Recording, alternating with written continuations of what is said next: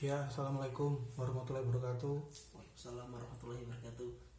Kami dari kelompok 7 akan bahas tentang geohistory perdagangan Kerajaan Sriwijaya di kawasan Asia Tenggara abad 7 sampai 10 Masehi. Kelompok 7 terdiri dari saya Rizky Pratamada dan Muhammad Duta Prayoga. Halo. Ya, untuk yang pertama akan kami bahas tentang kondisi geografis Kerajaan Sriwijaya terlebih dahulu. Uh, Terima kasih Mas Rizky Ade ya. Ini saya akan menjelaskan bagaimana kondisi Kerajaan Sriwijaya. Oke. Perlu diketahui letak Sriwijaya yaitu tersisih dari lalu lintas pelayaran di Selat Malaka sebelah sini, atau jalur perdagangan Laut Cina ke India sini. Ini adalah lautan Cina Selatan. Nah, dan sebelah sini adalah ini Samudra Hindia, dan di tengah sini adalah Selat Malaka. Oke, lanjut. Nah, tentunya pada saat itu namanya perdagangan ya, teknologi satu-satunya yang digunakan memang adalah angin. Nah, di sini ada dua macam. Yang pertama angin muson timur dan angin muson barat. Untuk angin muson timur sendiri ini adalah mulainya pada bulan April sampai September. Akan tetapi pada saat itu jalur pelayaran atau perdagangan ini menggunakan angin muson barat yang bertiup dari arah sini, daerah Cina atau barat, yaitu bulan Oktober sampai Maret, dan menetap di Nusantara sekitar 6 bulan seperti itu.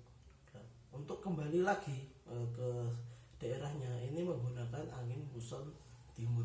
Terima kasih.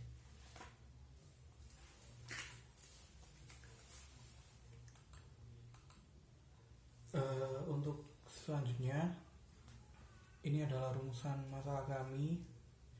Yang pertama ada bagaimana kondisi fisik geografis wilayah Kerajaan Sriwijaya. Kedua, bagaimana bentuk jalur perdagangan Kerajaan Sriwijaya pada abad 7 sampai 10 Masehi. Ketiga, ada bagaimana hubungan kondisi fisik geografis dengan jalur perdagangan Kerajaan Sriwijaya di kawasan Asia Tenggara. Nah, sedangkan yang ini adalah tujuan penulisan untuk mengetahui hubungan kondisi fisik geografis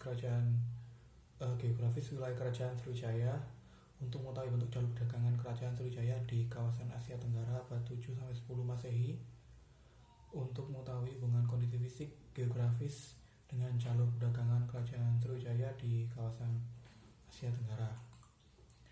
Nah, kajian teori kami yang pertama ada teori kebudayaan. Saya mengambil teori budayanya Kunjaraningrat, 7 unsur kebudayaan. Yang pertama ada sistem dan organisasi kemasyarakatan, 2 sistem religi dan upacara keagamaan, 3 sistem mata pencaharian, 4 sistem ilmu pengetahuan, 5 sistem teknologi dan peralatan, 6 bahasa, dan yang terakhir ada kesenian. Kajian teori kami yang selanjutnya yaitu teori perdagangan, yang tadi merupakan dari teori dari 7 unsur kebudayaan. Teori perdagangan mencakup jalur perdagangan dan komoditas perdagangan. Terus ada teori geohistory yang di sini sini ada teori determinisme lingkungan, posibilisme, dan optimisme teknologi.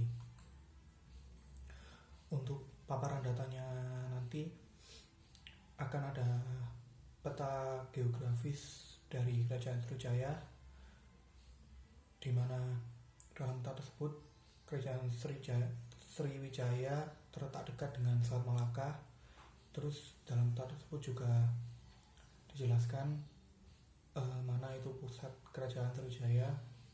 Selanjutnya ada peta angin muson yang nanti di dalamnya terdapat angin muson barat dan angin muson timur di Asia Tenggara tentunya. Kedua, peta pusat perdagangan. Nah, ini untuk peta pusat perdagangan sendiri isinya mencakup komoditas perdagangan dan jalur perdagangan Kerajaan Sriwijaya di wilayah Asia Tenggara.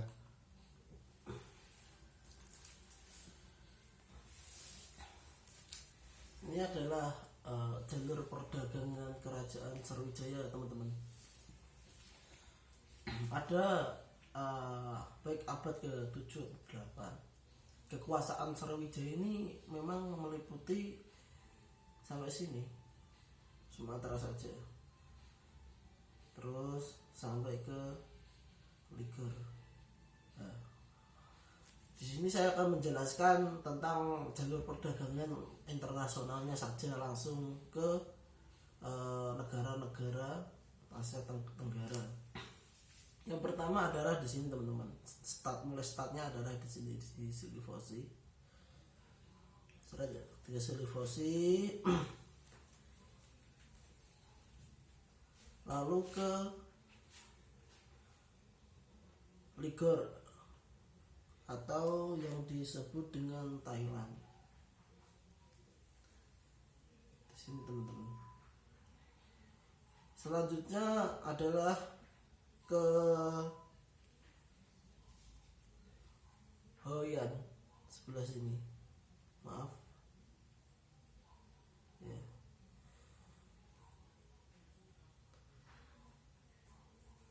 Sebelah sini Hoi An. Selanjutnya dari Hoi An itu ke Hanoi sini, teman-teman. Ini maaf ya, editannya agak salah ke sini. Seret. Setelah dari Hoi An, ini kembali lagi ke Hoi An, langsung ke Cina, ke sini, teman-teman. Guangzhou, ke sini Guangzhou. Ya. Perlu diperhatikan untuk jalur perdagangan ya, khususnya kan pelabuhan ini, teman-teman. Ya, pelabuhan. Di setiap daerah pelabuhan itu ya memiliki namanya komoditas. Ya, yang pertama di sini saya jelaskan, di sini adalah di Liger ini gula, itu pun juga karet. Lalu di Hoi An ini udang, dan di sini adalah kayu pelak atau jenis kayu yang bagus untuk membuat kapal. Yang terakhir ini di sini Guangzhou, Cina, yang apa ya istilahnya dalam sejarah ya, memang ciri khas negara ini adalah keramik, seperti itu. Rute perjalanan kembali itu ya sama saja, dari sini dari Guangzhou langsung ke Hoi An sini, ke Liger, ke Lingga, langsung ke Palembang. Ya. Untuk komoditas dalam negeri sendiri, ini kalau dilihat dari sini Aceh sendiri, ini padi, lada, sama saja lada.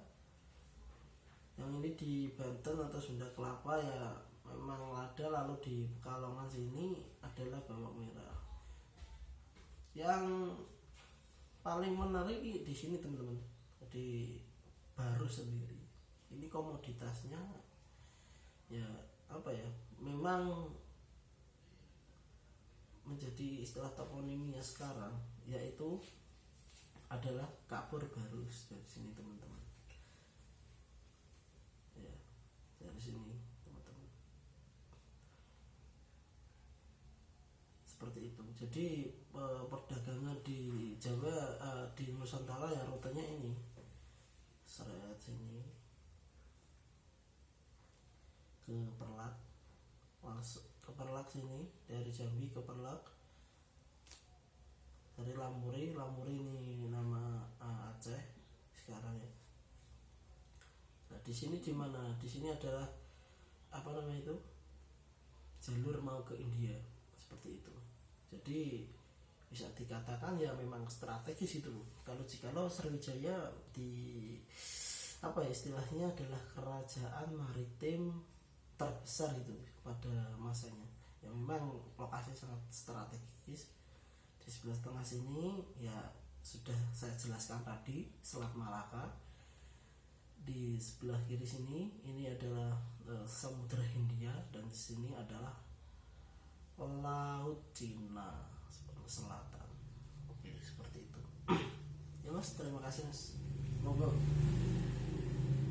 Jadi kesimpulan yang kami dapat dari makalah kami yaitu yang pertama ya munculnya suatu peradaban berupa perdagangan di Kerajaan Sriwijaya. Setelah itu kemunculan peradaban ini dipengaruhi oleh Selat Malaka, kondisi geografis Kerajaan Sriwijaya dan juga angin muson. Dan dalam makalah kami menggunakan teori perdagangan serta determinisme lingkungan. Untuk lebih jelasnya akan dijelaskan pada bagian bagan. Nah, ini bagan dari kelompok kami. Yang pertama ialah adanya kondisi geografis Kerajaan Sriwijaya yang berada di dekat Selat Malaka. Setelah itu dipengaruhi juga oleh angin muson.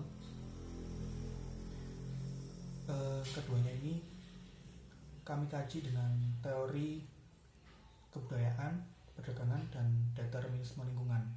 Untuk teori kebudayaan telah dijelaskan tadi bahwa kami mengambil teori 7 unsur budayaannya Kunjaraningrat, di mana di situ ada teori perdagangan.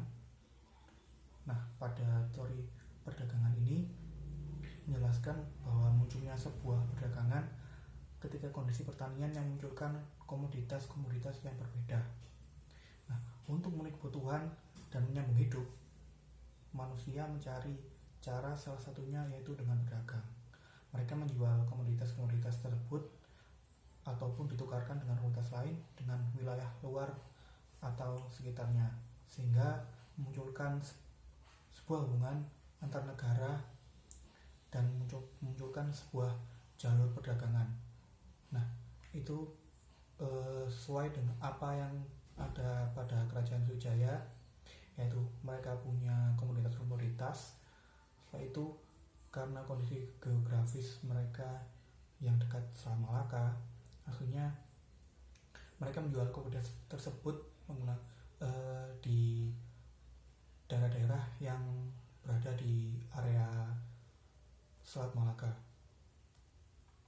Nah, selanjutnya ada teori determinisme lingkungan, di mana pada teori tersebut menjelaskan bahwa lingkungan fisik yang menentukan terjadinya sebuah kebudayaan. Selain itu juga pada teori tersebut menjelaskan bahwa aspek geografi, fisik, khususnya iklim, mempengaruhi pemikiran individu yang pada gilirannya akan menentukan perilaku dan budaya yang dibangun oleh individu tersebut. Contohnya pada Kerajaan Sriwijaya, mereka ada angin muson timur dan muson barat, di mana angin muson ini digunakan oleh masyarakat Kerajaan Sriwijaya untuk